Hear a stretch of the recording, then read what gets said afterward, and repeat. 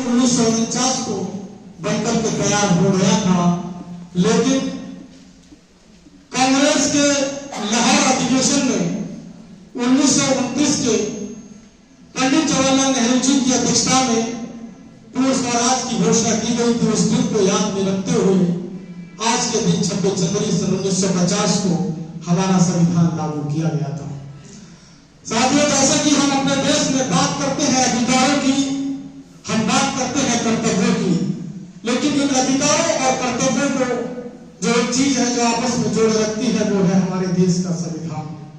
साथियों, हमारे देश का संविधान दुनिया का एकमात्र ऐसा संविधान है जो अनेक विविधताओं को लिए हुए अपने आप में एक संविधान है।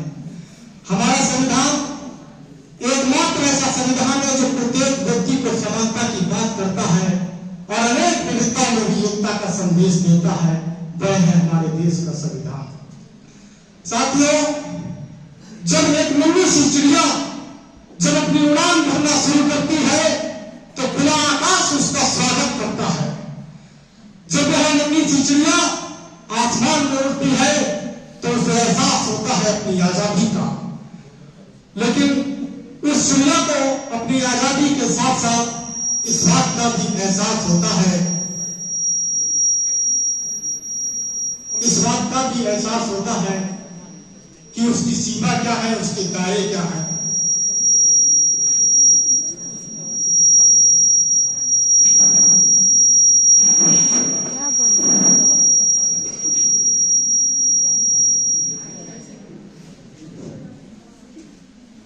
उस नन्ही सी चिड़िया को अपनी आजादी के साथ साथ इस बात का भी एहसास होता है कि उसकी सीमा क्या है, उसके दायरे क्या है। ठीक वैसे ही हमारा संविधान हमें आजादी देता है और हमारी सफलता का हमें एहसास कराता है कि भारत का प्रत्येक नागरिक बिना किसी भेदभाव के अपनी योग्यता के बल पर देश के सर्वोच्च पद पर आसीन हो सकता है। लेकिन साथियों, इस आजादी और सफलता के साथ साथ हमारा संविधान हमें इस बात का भी एहसास कराता है कि आखिर हमारे कर्तव्य क्या है, हमारे दायित्व क्या है। साथियों, हमारा संविधान हमें नैतिकता की सीख देता है। हमारा संविधान लोकतंत्र की पहचान है। हमारा संविधान एकता और राष्ट्रवाद को कैसे बढ़ावा दे इस बात पर बार बार देता है। हमारा संविधान जहां अत्यंत कठोर है वहीं अत्यंत लचीला भी है। हमारा संविधान हमारे देश भारत को धर्मनिरपेक्षता की उपमा देता है, इसलिए हमारा देश एक धर्मनिरपेक्ष राष्ट्र है। साथियों, हम आज अपने देश में बड़ी आजादी के साथ कहीं भी सार्वजनिक स्तर पर घूम सकते हैं और आज हम अपने विचारों को बड़े ही स्वतंत्रता पूर्वक व्यक्त कर रहे हैं। ये आजादी हमारा संविधान हम सबको देता है। साथियों, जब ये संविधान नहीं था तब ये हमें आजादी नहीं थी। इस आजादी को पाने के लिए, इस संविधान को पाने के लिए न जाने कितने वीर वीरांगनाओं ने इस देश की स्वतंत्रता की बलि बेटी पर अपने प्राणों को न्यौछावर कर दिया। इस स्वतंत्रता को पाने के लिए न जाने कितनी माताओं ने अपने बेटे खो दिए। इस आजादी को पाने के लिए न जाने कितनी बहनों ने अपने भाइयों का बलिदान दे दिया। इस स्वतंत्रता की खातिर न जाने हमारी कितनी माताएं बहनें विधवा हो गई। तब जाकर के अनेक संघर्षों के बाद हम ये स्वतंत्रता की नियमत पाई है। साथियों, जब हम आजाद नहीं थे 15 अगस्त 1947 से पहले जब हमारे देश में ब्रिटिश हुकूमत का शासन था तब हम अंग्रेजों के इस तरह गुलाम थे कि जो वो अंग्रेज हमसे कहते थे हम भारतवासियों को करना पड़ता था। अगर उनकी आज्ञा का पालन नहीं मानते थे तो हमें कठिन से कठिन सजा दी जाती थी। लोहे की जंजीरों में जकड़ा कर हमारी नंगी पीठ पर कोड़े बरसाए जाते थे। हम भारत के मूल निवासी होते हुए भी हमें अपनी बात कहने का हक नहीं था। साथी, हमारी माताओं बहनों के साथ बड़ा ही जुल्म और सितम ढाया जाता था और हमें उच्च शिक्षा का अधिकार नहीं था।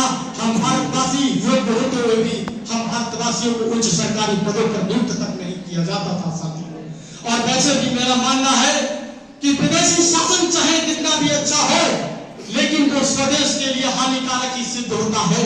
इसलिए हमारे देश के नौजवानों ने, वीर वीरांगनाओं ने अपनी शहादत दी, अपने प्राणों को न्यौछावर किया और इस मातृभूमि पर शहीद हो गए और अंत में शहीदों का खून रंग लाया।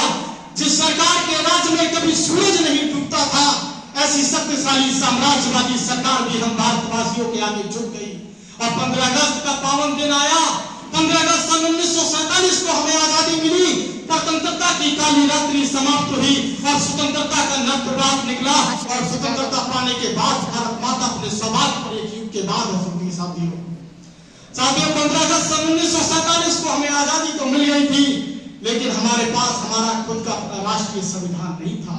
इसलिए अनेक विचार विमर्श के बाद बाबा साहब डॉक्टर भीमराव अंबेडकर, डॉक्टर राजेंद्र प्रसाद और डॉक्टर हरि सिंह गौर जैसे अनेक विद्वानों के अथक प्रयासों से हमें अपना संविधान मिला है। हमें अपने संविधान का सम्मान करना चाहिए साथियों। और आज गणतंत्र दिवस का ये पावन पर्व इस बात का साक्षी है कि हमारी स्वतंत्रता, हमारा संविधान, हमारा गणतंत्र, हमारा लोकतंत्र एक अमूल्य वस्तु है। आज के दिन हम सबको एकता का पाठ पढ़ना चाहिए और अपने देश की रक्षा और अपने संविधान की रक्षा का व्रत धारण करना चाहिए। तभी भारत अपने सपनों को साकार कर सकता है, तभी भारत पूरा सोने की चिड़िया बन सकता है, तभी भारत पूरा गुरु बन सकता है। बस इसी आशा और उम्मीद के साथ अपनी वाणी का विराम देता हूँ। जय हिंद।